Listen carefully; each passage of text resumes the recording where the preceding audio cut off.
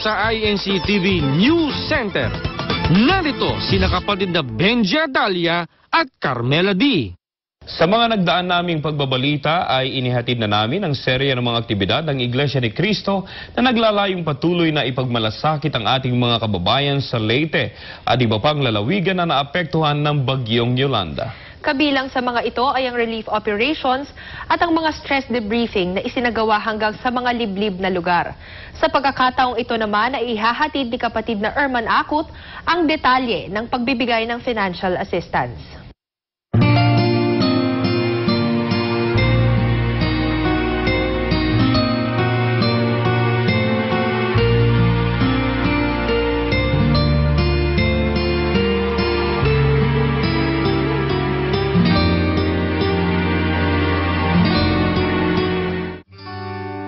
Sa pananalasa ng itinuturing na pinakamalakas na bagyong tumama sa ating bansa, ang Bagyong Yolanda. Nag-iwan ito ng napakalaking pinsala sa mga rehiyong nasa Kabisayaan, kabilang na ang Leyte at Samar. Sa kalunos-lunos na kalagayan na sinapit ng marami nating mga kapatid at kababayan, nauna nang nagpadala ang pamamahala ng Iglesia ni Cristo ng relief goods at ng mga damit para sa agaran nilang pangangailangan. Nagpadala rin ng mga ministro at mga manggagawa na may kakayahan sa stress debriefing at counseling. Sa aming pagbabalik dito sa Leyte, financial assistance naman ang ipinaabot ng pamamahalan ng Iglesia sa pamamagitan ng kanilang katuwang, ang kapatid na Roland Isguera, ministro ng Ebanghelyo. Nilingap ang distrito eklesyastiko ng Leyte East na isinagawa sa lokal ng Tacloban City. Daan-daang sambahayan ng mga kapatid ang tinulungan upang makabangon sa matinding suliranin. Buong puso kami nagpapasalamat dahil hindi kami nakalimutan ng pamamahala. Nalingapin po ang aming lokal. Mabibili na namin yung mga pangangailangan namin, lalo na yung pangbili ng bubong at saka sa iba pa. Nakilala namin si kapatid na LB Saranilla, Pangulong Diakono sa lokal ng Tacloban, kabilang ang kanyang sambahayan sa nilingap ng pamamahala. Yung bahay po namin pusti na lang po. Saka lahat ng gagamitan po namin natangay. Itinuturing ng mga kapatid na ang tulong na kaloob sa kanila ay makatutulong na malaki upang makabangon muli sa kanilang pamumuhay. Malaki po itong tulong sa amin. Hindi nga namin nakalain na mayroon kami matanggap. Maraming salamat po sa Diyos na naglagay sa kanilang pamamahala. Dahil may tumitingin sa kapakanan sa lahat ng mga kapatid sa spiritual, emosyonal at pisikal na pangangailangan. Kapatid na Eduardo B. Manalo, tagapamahalang pangkalahatan ng Iglesia ni Cristo. Mula po sa distrito ng Leyte East, kami po ay lubos na nagpapasalamat ng marami sa inyong pagmamahal, pagmamalasakit, maging sa tulong material na tinanggap namin mula sa Diyos sa pamamagitan po ng pamamahala. Maraming salamat po. Nagtungo rin kami sa lokal ng Hernani sa distrito ng Samar East upang doon iabot ang tulong sa mga kapatid. Bago sinimulan ng pamamahagi ng financial assistance, ay pinulong muna sila sa loob ng gusaling sambahan at sama-samang nanalangin. Nang mabalitaan po ng mga kapatid dito sa aming distrito na muli silang lilingapin ng pamamahala, galak na galak po sila. At labis po ang kanilang pasasalamat dahil sa pagmamahal na patuloy na ipinadarama at pagmamalasakit ng tagapamahalang pangkalahatan ang kapatid na Eduardo B. Manalo. Buong pasasalamat ang ipinaabot ng mga kapatid sa lahat ng tulong na ipinagkaloob sa kanila ng Panginoong Diyos sa pamamagitan ng kanyang pamamahala. Kung kami lamang po, kung wabariin namin, di po namin kayang makabangon. Ito po ay makakatulong sa akin sa pagtayo uli ng bahay ko na nasira. Papasalamat ako ng maraming una po sa Panginoong Diyos na siya po ang kakalob po ng mga lahat po ng mga bagay at kinakasangkapan yung pamamahala upang makating po sa amin yung tulong na kailangan po talaga namin. Bumagsak man ang kanilang mga kabahayan, Subalit kailanman ay hindi nawala ang buong pagtitiwala, pag-asa at pananampalataya ng mga nasalantang kapatid sa magagawang tulong sa kanila ng Panginoong Diyos sa pamamagitan ng pamamahala sa Iglesia. Ako po si kapatid na Erman Akut para sa Iglesia ni Cristo Television Network. Sa panahon ng pananalasa ng Bagyong Yolanda, kabilang sa mga nagsagawa ng rescue operations ay ang mga miyembro ng Society of Communicators and Networkers International o SCAN. Bilang pagkilala sa kanilang pagtulong sa kapwa, ipinasya ng pamamahala sa Iglesia ni Cristo na isagawa ang SCAN Night. Sa kasagsagan ng Bagyong Yolanda, ay pinangunahan ng mga kapatid ng miyembro ng Society of Communicators and Networkers International o SCAN ang pagtulong sa mga kapatid at pagsagip sa ating mga kababayan. Isa sa mga lugar na ito, ang Barangay Anibong, Tacloban City. Bumuo kami ng 4 na grupo at pinors namin na kunin yung mga kapatid, lahat ng mga, lalo na yung mga lugar na delikado, lalo't ang mga nasa tabing dagat. Dinala po namin dito sa kapilya ng Tacloban. Narinig po namin yung mga tao sa labas na nagsisisigaw po na kung po pwede daw po na tulungan sila. Nung dumungaw po kami sa may bintana, nakita po namin yung mga tao dito sa may hagdan at nakakapit po dyan sila sa may railings ng hagdan. Hindi na po sila halos makausad paakyat dahil sa sobrang lakas po ng hangin. Ang ginawa ko po, dumapa po ako at gumapang po ako dito. Yung tubig po dito ay halos hanggang tuhod po yung tubig. Yung mga tao na nakahawak po dito sa railings, binubunot ko po, ipinaubaya ko na po ang lahat sa Diyos sapagkat alang-alang po sa kaligtasan ng mga tao na gustong pumanik dito sa kapilya, kaya po namin nagawa yon. Hindi lamang pang rescue operation ang mga kapatid nating SCAN.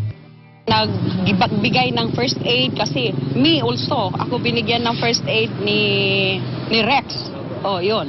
Siya ang nag-first talaga na kasi laki-laki ng sugat ko. Tsaka sa iba pang membro ng barangay. Malaki po yung naitulong ng aming ginawang mga training ng SCAN sapagkat yung pong aming mga natutuhan sa aming ginawang mga training ay na-apply po namin doon sa aming ginawang pag-rescue doon po sa mga tao na pumanik sa bahay-sambahan. Kamakailan ay tinipon sa CAP Convention Hall, Jones Avenue, Cebu City, ang mga kapatid nating SCAN International members mula sa 5 distrito eklesyastiko na labis na naapektuhan ng bagyo. Yung kanila pong ginawang pagsasakripisyo sa mga kapatid at kababayan nating nabingit sa panganib ay hindi po yun nalilimot ng pamamahala. Kaya naman idinaos po nila ang ganitong aktibidad para parangalan ang mga miyembro natin ng SCAN at sila po ay pasalamatan. Sa atas ng kapatid na Eduardo V. Manalo, ang tagapamahalang pangkalahatan ng Iglesia ni Cristo ay pinangunahan ni kapatid na Glicerio Santos Jr., ministro ng Ebanghelyo, ang programang inilaan upang kilalanin ang voluntaryong pagtulong at pagsagip ng mga kapatid nating SCAN. Makikita natin kung paano ang sakripisyo, ang kanilang pagsasakit at kabayanihan sa pagliligtas ng mga tao kapag kami dumadating na kalamidad. Subalit yun ay isa lamang sa layunin ng pamamahala. Kung merong kaligtasan sa buhay na dapat hangarin ng tao, yung kaligtasan sa araw ng paghuhukom. Iyon ang pinakadakilang magagawa ng SCAN. Ipinagpasalamat at ikinagalak ng mga kapatid ang pagkilalang iginawad sa kanila. Ngunit ang higit sa lahat ay kinikilala nilang pagpapaigting ng paninindigan nila sa pagtataguyod ng kanilang tungkulin ang kanilang mga naging karanasan sa nagdaang kalamidad. Ako po si kapatid na Eminiel Bandong para sa Iglesia ni Cristo Television Network. I'm proud to be a member of SCAN. I'm proud to be a SCAN. I'm proud to be a SCAN. Sa kabila ng kalamidad na naranasan sa Leyte, patuloy na naitataguyod ng mga kapatid ang puspusang pagpapalaganap ng mga salita ng Diyos. Si kapatid na Joyce Evangelista para sa mga detalye. Pagkatapos ng bagyo, nagpasya ang mga Taclobanong ito na karamihan ay kabilang sa relihiyong Katoliko na magsuri sa Iglesia ni Cristo. Anila, nakatawag ng kanilang pansin ang pananatiling buo ng mga gusaling sambahan ng Iglesia matapos ang kalamidad at ang patuloy na masiglang pagsamba ng mga kapatid. Kami ito nga, na-touch ako kay nga tanan niya simbahan nga nakita ko. Hapaluho, basta nakita ko nga ang iglesia ni Cristo ada pa. Mupod ako nga ni, kumbaga ko kanon, ang mga pagsubok makayakot nga tanan, magpapadayon ako sa iglesia. Sa kanilang pag-anib sa iglesia, katuwang nila ang mga kapatid na buong sikap pa ring tumutulong sa mga gawaing pagpapalaganap ng mga salita ng Diyos sa kabila ng kanilang sitwasyon. Pagkahuman ng bagyo, padoktrina kami kay gusto na ako na magbalik sa Ginoo. Ito ang tunay nga iglesia.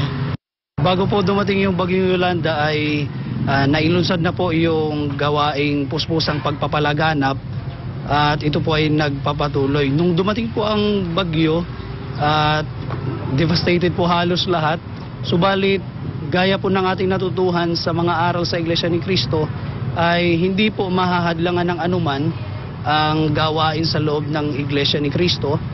Pagkatapos ng bagyong Yolanda ay marami pa po kaming naipatala na mga dinodoktrinahan. Tuloy-tuloy po ang kanilang pagsamba. Nakaligtas man sila sa kalamidad, pinakahahangad pa rin ang mga kababayan natin ito na sa kanilang pag-anib sa iglesia. Matatamo nila ang buhay na walang hanggan na ipinangako ng Panginoon Diyos sa Iglesia ni Cristo. Mula po rito sa Tacloban City, ako po si kapatid na Joyce Evangelista para sa Iglesia ni Cristo Television Network. Sa pagkakataong ito naman ay kilalanin natin ang ilan sa mga tumanggap ng bautismo sa Metro Manila, bunga ng puspusang pagpapalaganap ng mga salita ng Diyos. Pinangasiwaan ang pagtitipon ni kapatid na Jerry Pariñas, ang pangalawang tagapangasiwa ng distrito ng Metro Manila East. Damang-dama ng mga bagong kaanib ang biyaya ng Panginoong Diyos na kanilang natamo matapos ang kanilang banal na bautismo. My feeling is one of comfort for my salvation and for my true baptism through the Church of Christ. My promise to God and to the administration is following the Word as it's written and as it's taught. Nung nagdodoktrina pa lang ako, marami akong mga hinandang tanong. So nung tinanong ko po siya, ang sagot po, talagang kinuha lang po talaga sa Biblia. Nakapanayam namin si kapatid na Frederico Lasiste Jr., isa sa mga bagong kaanib sa Iglesia ni Cristo. Nagtatanong po ako, marami akong katanungan at dito ko lang po nakuhang sagot sa Iglesia ni Cristo. Nakilala rin namin si kapatid na Louie Umali, may tungkulin mula sa lokal ng San Juan na siyang nag-anyaya kay kapatid na Frederico. Nung magpunta po kami rito noon, pinakita ko sa kanya ang sentral. Simula noon, naging interesado siya. Nagtanong siya tungkol sa sugo, sa tagapamahalang pangkalahatan, kung paano makapakinig siya. Kaya simula noon, pinagpanata ko na sana mabuksan ang isipan niya at matawag sa loob ng banal na iglesia. Ako po si kapatid na Darlene Pineda para sa Iglesia ni Cristo Television Network.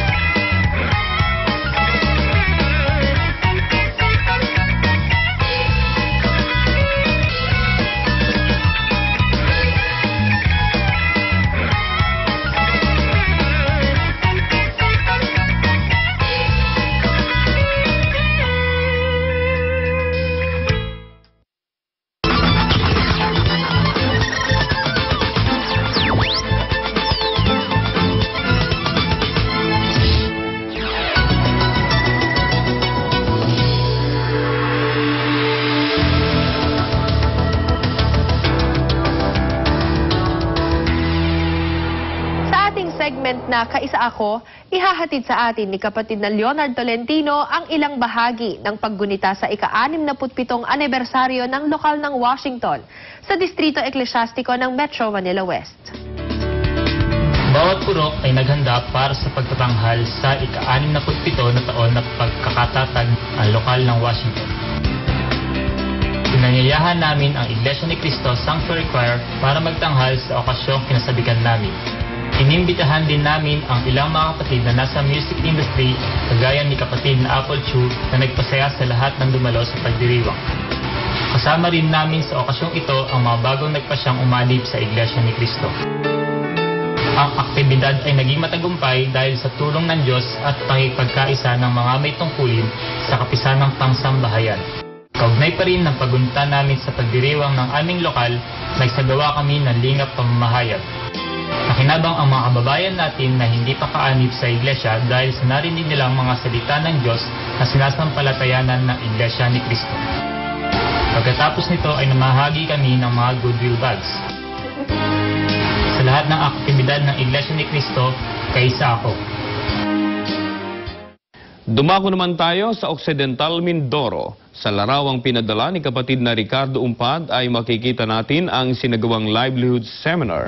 Isinagawang aktibidad na ito na nilahukan ng mga mag-asawang kaanib sa Iglesia ni Cristo sa Sablayan Convention Center. Dinaluhan ito ng mga kapatid na nagmula sa iba't ibang lugar sa Occidental Mindoro.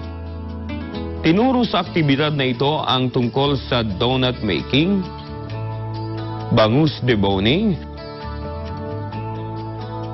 manicure and pedicure, massage seminar, livestock and farming, at vermicomposting.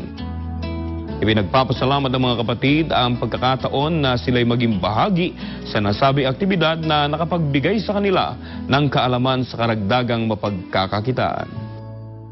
Muling nagsagawa ng tanging pagtitipon para sa mga may tungkulin sa iglesia sa Bicol Region. Alamin natin ang dinulot nito sa mga kapatid sa Albay at Sorsogon. Kailanman ay hindi nawawaglit sa isipan ng pamamahala ang mga kapatid at mga may tungkulin sa Bicol Region sa Distrito Eklesyastiko ng Albay at Sorsogon.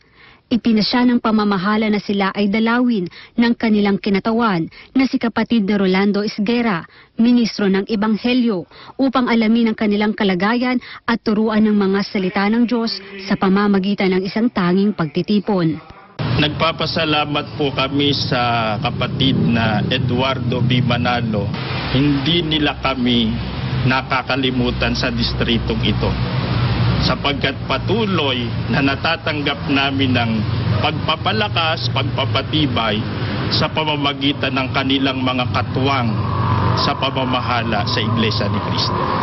Ang nasabing tanging pagtitipon sa Distrito Eklesyastiko ng Albay at Sorsogon ay tunay na pinanabikan ng mga kapatid at pinaghandaan. Sinisiguro po namin sa mga kapatid na ganap na ihanda ang kanilang sarili at ang kanilang puso para maging angkop at karapat-dapat ang bawat isa sa amin sa isasagawang tanging pagtitipon. Isinagawa din sa nasabing pagtitipon ang panunumpa ng mga bagong may tungkulin na karagdagang katuwang ng pamamahala at lakas ng iglesia sa pangangalaga at pagsinop sa mga kapatid. Tungkulin ko po pagtatalagan ko hanggang sa wakas ng aking buhay. Dahil sumasampalataya po ako na ito ang ikaliligtas ng bawat isa. Simula po kasi ng bata ako, sa tungkulin ko ako ng hawak. Kumuha po ako ng lakas sa tungkulin. Sa buhay po namin, marami po kaming pagsubok na naranasan. Ramdam na ramdam ko po ang paggalinga sa akin. Salamat po sa lubos na pagmamahal ng pamamahala. Kahit na po kami malayong-malayo na rito, dulo na po halos ng Luzon, lagi po nila kami naaalala. Damang-dama ng mga kapatid sa distrito ng Albay at Sorsogon ang pagmamahal at pagmamalasakit ng pamamahala sa mga may tungkulin. Bagaman malayo sila sa piling nila, pero kailanman ay hindi naging malayo sila sa kanilang damdamin upang ang buong iglesia ay mapatibay at lalo pang mapalakas sa pananampalataya. Ako po si kapatid na Mina Lumoya para sa Iglesia ni Cristo Television Network. Sa ibang balita, kamakailan ay kinilala at pinarangalan ang 13 programa ng INC TV sa Anak TV Seal Awards. Alamin natin kung ano-ano ang mga ito. Magbabalita, kapatid na Sara Seminiano. Ang Anak TV Awards ang nagbibigay parangal at pagkilala sa mga personalidad at programang pantelebisyon na wholesome, child-sensitive at family-friendly. Nagtungo sa Soka Gakay Building sa Quezon City ang ilang kinatawan ng TV networks upang saksihan ang Anak TV Awards. Kabilang narito ang mga kinatawan ng INC-TV. Matapos pagbotohan ng mahigit 2,500 adult jurors mula sa iba't ibang bahagi ng Pilipinas at dumaan sa 19 assessment screenings mula noong March hanggang November 2013, ang 13 programa ng INC-TV ay kinilala at nabigyan ng parangal.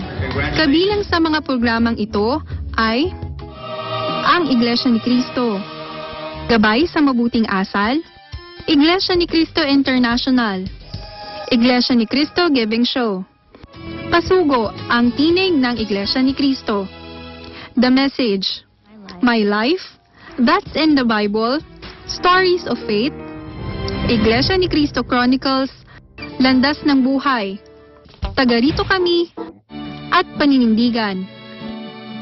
First of all, we would like to offer our heartfelt and bountiful thanksgiving to our Lord God Almighty for all the awards that have been garnered by our humble networks. And all glory and praises belong to our Lord God Almighty.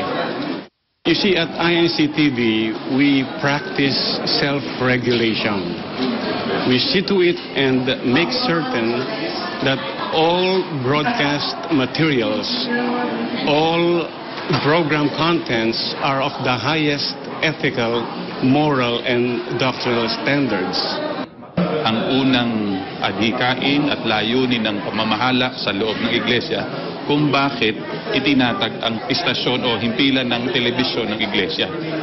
Una, para sa kapurihan ng Diyos, para makatulong din sa pamamahala, para ipalaganap ang mga dalisay na salita ng Diyos, para maging gabay hindi lamang ng mga bata, kundi ng lahat ng mga manonood. Magsilbing tanglaw ang mga salita ng Diyos na sinasampalatayan na natin ang mga kaanib sa Iglesia ni Cristo. Para sa mga kabataan, kundi sa lahat na po ng ating kapwa-tao, sa lahat ng ating kababayan, na pakinabangan nila ang mga aral na itinataguyod ng Iglesia ni Cristo, ang mga aral ng ating Panginoong Diyos mula sa Biblia, na ito ay para sa kapakanan ng ating kaluluwa.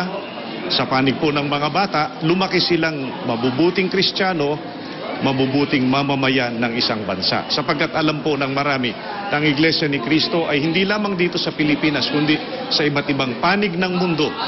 Sila ay kilalanin, ang mga kabataang Iglesia ni Cristo, kilalaning mabubuting mamamayan. Ang INC-TV ay patuloy pa sa paggawa ng mga programang kapupulutan ng kagandahang asal ng mga manonood at magbabahagi ng mga aral ng Panginoong Diyos na sinasampalatayanan ng mga Iglesia ni Cristo. Ako po si kapatid na Sara Simiñano para sa Iglesia ni Cristo Television Network. Bago matapos ang taong 2013, nagsagawa ng tanging pagtitipon ang mga ministro, manggagawa at kawani na naglilingkod sa SEBC. Ang pagtitipon ay sinagawa sa College of Evangelical Ministry Auditorium ay pinangasiwa ni kapatid na Rene Panoncillo, ministro ng Ebanghelyo. Bahagi ng aktibidad ay pagbibigay ng gawad sa mga TV programs at mga kawani. Sa taong 2014, may mga panibagong programa na namang mapapanood sa INC-TV. Para sa mga detalye, narito ang aming panayam kay kapatid na Romel San Victores, ang station manager ng INC-TV. Sa hangarin po ng tagapamahalang pangkalahatan ng Iglesia ni Cristo, ang kapatid na Eduardo V. Manalo, at ng President at CEO ng Christian Era Broadcasting Service Incorporated o SEBC, ang kapatid na Angelo Eranio V. Manalo, sa hangarin po nila na patuloy pang makabuo ng mga makabuluhang programa dito po sa INC-TV. Sa buwan ng Enero ay ilulunsad po ang 2 bagong programa dito po sa ating istasyon. Sa Enero 11 ay mapapanood na po ang kauna-unahang programang pambata dito po sa INC-TV, ang INC Kids Corner. Sa programang ito ay lalo pang mapagtutuunan ng pansin at mapahalagahan ang mga musmus na kabataan sa pamamagitan po ng pagtuturo sa kanila ng mabubuting asal o yung tinatawag po na Christian values. Gayon din ng mga kaalaman sa eskwela, mga kaalaman na tiyak na makatutulong po sa kanilang pag-aaral. At higit po sa lahat, ang pagkakaroon ng banal na takot sa ating Panginoong Diyos. Makatutulong din po ito sa mga magulang sa kanilang pagsubaybay at pangangalaga sa kanilang mga anak. Dahil ang INC Kids Corner po ay isang wholesome show o pambuong pamilya. Sa bawat episode po ay may mapapanood na mga kwentong hango mula sa Biblia, mga bagay na pansining, mga laro at marami pa pong iba. Tiyak na marami pong matututuhan ng mga kabataan at higit po sa lahat ay lalo pang lalago ang kanilang kaalaman sa mga aral at utos ng ating Panginoong Diyos. Ang isa pa po sa kapanapanabik na programang ilulunsad po sa INC TV sa buwan ng Enero, partikular po sa Enero 25, at tiyak na aabangan ito ng ating mga kapatid at mga kababayan ay ang programang Pundasyon. Ito po ay 30 minutong programa na magtatanghal sa mga istorya at dokumentasyon ng mga ginagawang gusaling sambahan at iba pang mga mehoras ng iglesia, hindi lamang po dito sa Pilipinas kundi maging sa iba't ibang panig ng mundo kung saan po may ipinagagawang edipisyo ang Iglesia ni Cristo.